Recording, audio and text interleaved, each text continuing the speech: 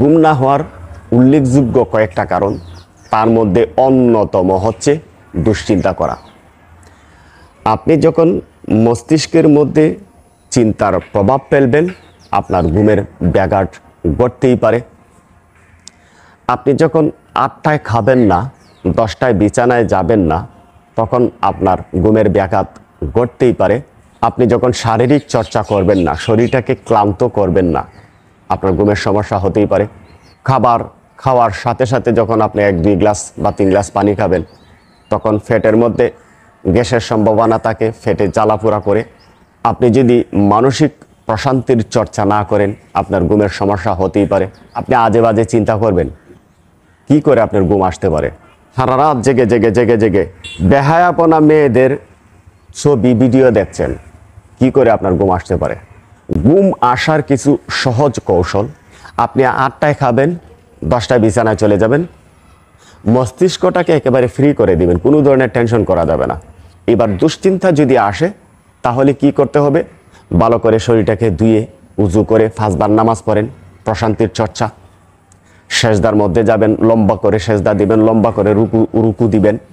আপনার প্রশান্তির চর্চা, মানসিক চর্চা, শারীরিক চর্চা হয়ে ওঠে। আপনার শরীরের মধ্যে, মেরুদণ্ডের মধ্যে, কোমরের মধ্যে কোনো আঘাত থাকলে সেটাও দূর হয়।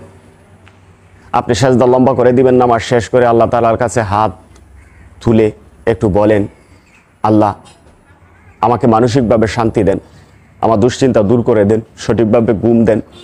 ফজরের নামাজ পড়ে আপনি একটু ব্যায়াম করেন, প্র্যাকটিস করেন, শরীরটার উপরে একটু পরিশ্রম চাপায়া দেন, শরীরটাকে একটু ক্লান্ত করে দেন। ঘুম থেকে উঠেই নামাজ পড়ার শেষে যখন শারীরিক পরিশ্রম করবেন, শারীরিক চর্চা করবেন, ব্যায়াম করবেন, শরীরটাকে গামিয়ে দিবেন, ক্লান্ত হয়ে যাবেন। ক্লান্ত হওয়ার পরে আপনি 10 মিনিট বা 20 মিনিট একটু রিল্যাক্সে থাকলেন। রিল্যাক্সে থাকার পরে আপনি 1.5 থেকে 2 গ্লাস পানি পান করতে পারেন। সারা রাত জেগে জেগে মোবাইল দেখছেন, সারা রাত জেগে জেগে তাস খেলছেন, সারা রাত জেগে জেগে পর্ন ভিডিও দেখছেন, সকালে এসে ঘুমাচ্ছেন। শরীর ক্লান্ত হবে, শরীর দুর্বল হবে। রোগের ফ্যাক্টরি জন্ম দিয়েছেন তো আপনি নিজেই। অনেকে আছে আবার পড়াশোনা করে সারা রাত জেগে জেগে। না, রাত জেগে জেগে আপনাকে পড়াশোনা করলে আপনার মস্তিষ্ক এটাকে ক্যাচ করবে না, আয়ত্ত করতে পারবে না, ধরে রাখতে পারবে না।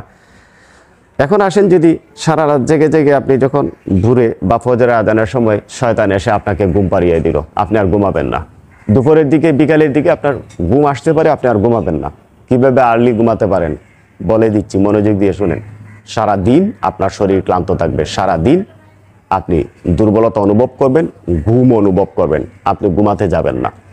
কষ্ট করে কোনো রকম রাত যখন 8টা বাজবে খাওয়া শেষ করবেন, রাত 8টা যখন বাজবে খাওয়া শেষ করবেন, রাত 8টা যখন বাজবে অবশ্যই আপনি খাওয়া শেষ করবেন। এইবার 10টায় বিছানায় যান, দেখেন ঘুম আসে কিনা। যদি ওই দিনও না আসে, তাও বিছানায় ত্যাগ করবেন না, চোখটা বন্ধ করে একদম রিল্যাক্সে থাকবেন। ঘুম আসে না, পরের দিন অবশ্যই আসবে। কিন্তু আপনি রাতের যে ঘুমটা, ওই ঘুমটা যখন আপনি দিনে ঘুমাচ্ছেন, তখন আপনার শরীর দুর্বল হচ্ছে, শরীরে নানাবিধ রোগ আক্রমণ করছে, নানাবিধ রোগ আসা শুরু হয়েছে। রাতে না ঘুমালে শারীরিক শক্তি, মানসিক শক্তি নষ্ট হবে।